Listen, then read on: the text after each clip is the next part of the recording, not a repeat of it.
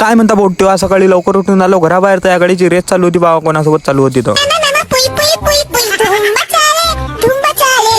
मग हा गडी म्हणे तायच्या रेस हारलो म्हणे. हा मा पहिले कसा पोहोचला इथं. मग हा सोम आला. सोम म्हणे बा तिकडे काठी तोडणं चालू आहे, चाल आपण सहकार्य करू जरा. मग काय गेलो बा त्याला सहकार्य केलं थोडंसं.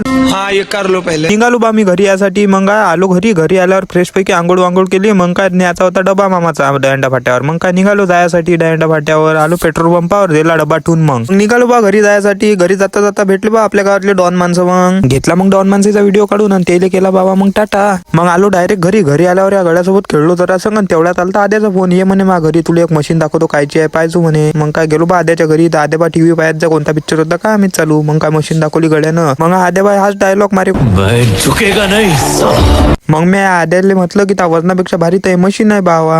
मग काय दोघं जण पिक्चर पाहत बसलो बावा. तो पिक्चर पाहता पाहता कधी रात झाली काय माहित. मग आद्या म्हणे चाल म्हणे भूक लागली, चाल आपण